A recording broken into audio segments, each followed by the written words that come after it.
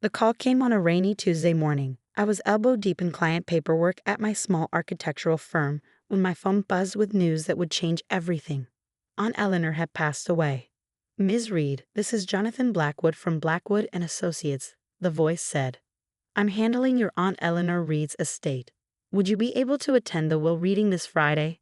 I hadn't seen Aunt Eleanor in 5 years, not since that last Christmas when my cousins Derek and Victoria had practically staged a coup at the family dinner, insisting she move into assisted living and let them manage her considerable assets. I'd stood up for her then, arguing that at 75, she was sharp as ever and perfectly capable of managing her own affairs. That hadn't gone over well with the family. "Of course, Mr. Blackwood," I replied, trying to keep my voice steady. "What time?" Friday morning found me sitting in an elegant conference room at Blackwood Associates, deliberately avoiding eye contact with Derek and Victoria. They sat across the table, Derek in his custom Italian suit and Victoria draped in what looked like half of Tiffany's inventory. "Now that everyone's here," Mr. Blackwood began, adjusting his wire-rimmed glasses, "let's proceed with the reading of Eleanor Reed's last will and testament." What followed was exactly what Derek and Victoria had engineered over the past 5 years. The main estate, worth nearly $12 million, was split between them. The investment portfolio, another $8 million, likewise divided. The art collection, the cars, the vacation properties, all distributed between the two of them. I sat quietly, remembering the summers I'd spent with Aunt Eleanor at her beach house, learning about architecture as she taught me to appreciate the elegant simplicity of the old wooden structure. She'd been the one who'd encouraged me to pursue my dreams of becoming an architect, even helping to pay for my education when my parents couldn't afford it. And finally, Mr. Blackwood continued, "To my niece Alexandra Reed, I leave my beach property at 1247 Ocean Drive, Little Hampton, along with all its contents and associated land rights." Derek actually snorted. Victoria didn't bother hiding her smirk. "The shack?" Derek said incredulously. "You're leaving Alex the shack." The beach house had been Aunt Eleanor's first home, purchased back in the 1970s when Little Hampton was nothing but a sleepy fishing village. Now it sat, weathered and small, among million-dollar mansions that had sprung up around it.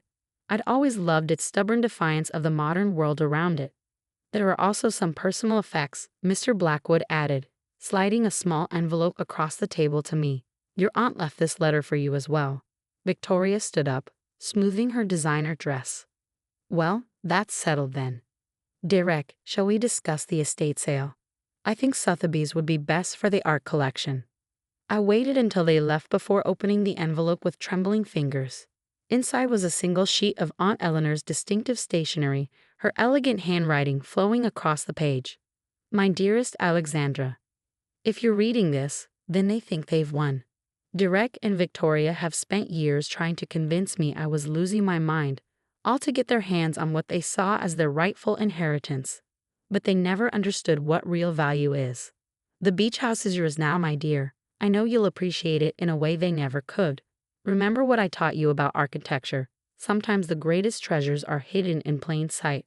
Watch the tide lines during the storm season, especially around the old boat shed. There's more to that property than meets the eye. All my love, Aunt Eleanor." P.S. Check behind the loose board in the kitchen, the one by the window.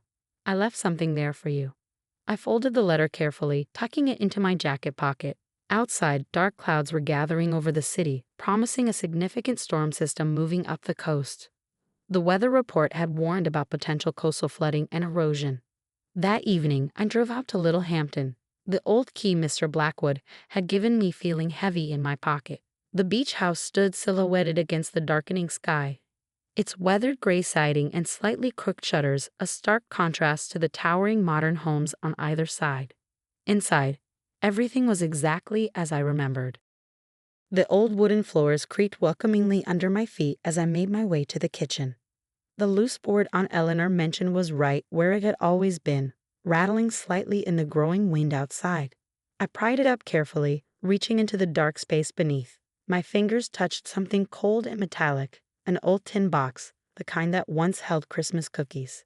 Inside were photographs, dozens of them, dating back to the 1970s. They showed the beach house and the surrounding property from various angles, but particularly focused on the old boat shed and the tidal lane. But more importantly, there were documents, survey maps, property deeds, and what looked like geological surveys, all carefully preserved. As I spread them out on the kitchen table, the wind outside picked up, and the first heavy drops of rain began to hit the windows. A massive crack of thunder made me jump, and then the storm hit in earnest. I spent hours poring over the documents as the storm raged outside, pieces of a puzzle slowly clicking into place.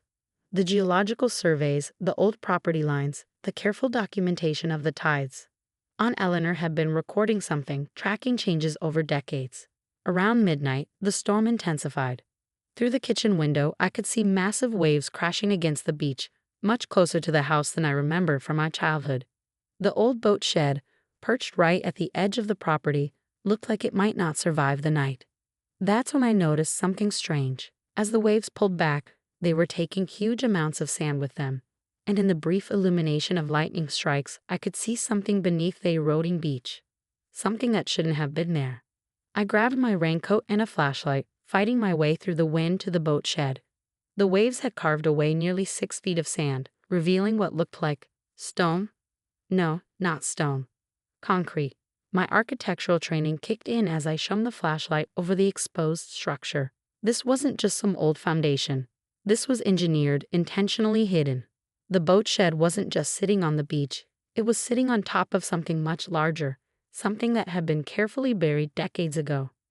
As I stood there in the howling wind, rain soaking through my coat, I remembered something from my architectural history classes about this coast during World War II. About hidden bunkers and storage facilities, about valuable assets moved away from major cities. My phone buzzed. A text from Victoria. Hope your shack hasn't blown away in the storm. Derek and I are meeting with the estate lawyers tomorrow to begin liquidating everything. Don't worry, we'll send you pictures of the mansion before it sells. I smiled, thinking about the documents spread across the kitchen table, about the concrete structure being revealed by the storm, and about Aunt Eleanor's patient, decades-long documentation. Tomorrow would be interesting indeed, but first, I had some calls to make, starting with the State Historical Society. Looking back at the house, I whispered, "Thank you, Aunt Eleanor. I think I understand now what you meant about real value." The storm continued to rage, but I barely noticed it anymore. I was too busy planning my next moves, knowing that Derek and Victoria's victory celebration was about to be cut very, very short. Dawn broke over Little Hampton Beach, revealing the storm's true impact. The churning waves had exposed nearly 30 feet of the concrete structure, and I wasn't the only one who'd noticed. A small crowd of locals had gathered at the property line, pointing and speculating about what lay beneath the sand. My phone hadn't stopped buzzing since sunrise. First, it was the local historical society practically tripping over themselves with excitement. Then came calls from the State Preservation Office, 2 maritime archaeology professors, and finally, the one I've been waiting for, the auction house. Ms. Reed, the curator's voice practically vibrated with contained enthusiasm. If what you're describing is authentic, this could be one of the most significant historical finds on the eastern seaboard in decades. I looked down at the documents spread across Aunt Eleanor's kitchen table, particularly at one yellowed photograph dated 1944. It showed a massive concrete structure being carefully concealed beneath the dunes, with notes in my aunt's elegant handwriting. Father's wartime contract. Private storage facility for wealthy European clients. Location classified until 2025. "Oh, it's authentic," I replied, smiling as I watched Derek's silver Mercedes pull up outside. "Right on schedule. But I believe my cousins are here now. Could we continue this conversation later? Say, after Monday's auction?" Derek and Victoria burst through the front door without knocking, their designer clothes hilariously out of place in the humble beach house. "What's going on?"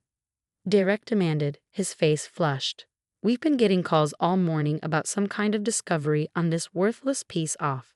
He stopped short, staring through the kitchen window at the growing crowd outside.